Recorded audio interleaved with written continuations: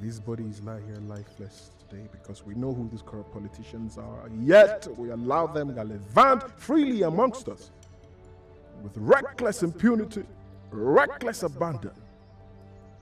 They lie here lifeless today because as a government organization and private organization, we see corruption flourishing and we do nothing about it.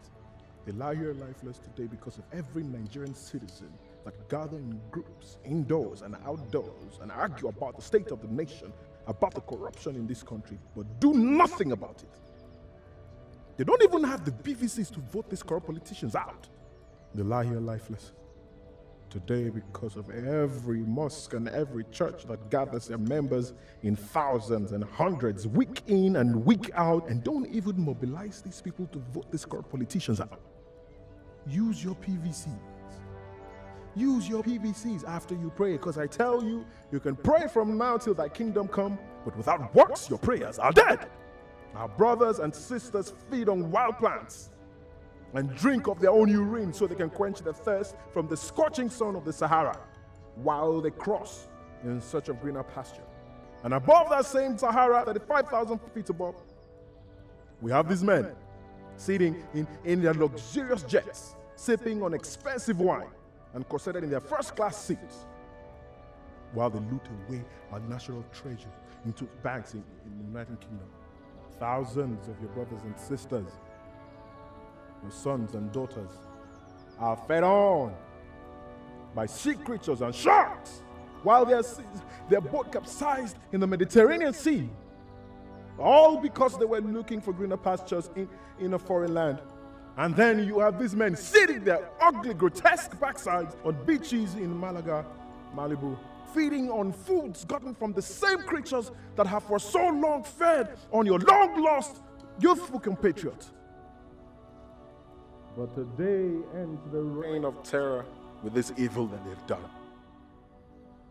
Because we're joined by 200 million Nigerians home and abroad, and with one voice we say that thus far and no more.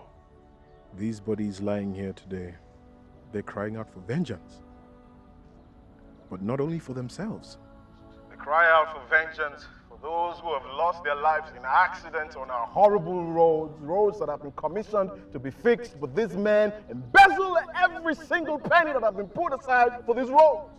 They cry out in vengeance for the unfortunate citizens that have lost their lives fighting for their pensions and have gone unrewarded and their families left to dry.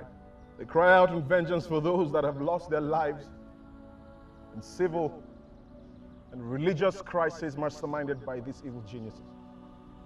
They cry out in vengeance for our soldiers who have lost their lives to insurgents sponsored by these devilish politicians. They cry out in vengeance for our failed justice system that has seen thousands of men and women imprisoned for crimes they know nothing about. We will not be dismayed, my fellow compatriots. But there's absolutely nothing wrong with Nigeria that cannot be fixed by what is right with Nigeria. These masquerades of slavery have made a wrong spectacle of this great nation to the world.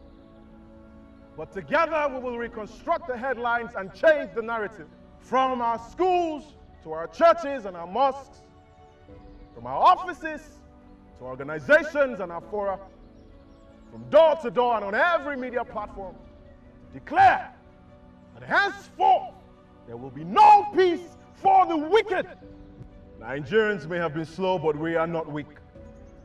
We may have acted cowardly, but we are not stupid. We might have been silent, but we are not indecisive. Nigerians all over the world rise today to mourn our loss. And we say that we will no longer give oxygen to these thieves so that they choke on their iniquities. We'll vote them out of office. Give corruption a befitting burial in our land. And together we will build a nation, so much so that the international community will join us in saying, "O death, where is your sting? O corruption, where is your victory?" So arise, O compatriots, Nigeria's call obey. Serve our fatherland with love and strength and faith. The labor of our heroes past shall never be in vain. To serve with heart and might, one nation bound in freedom, peace, and unity.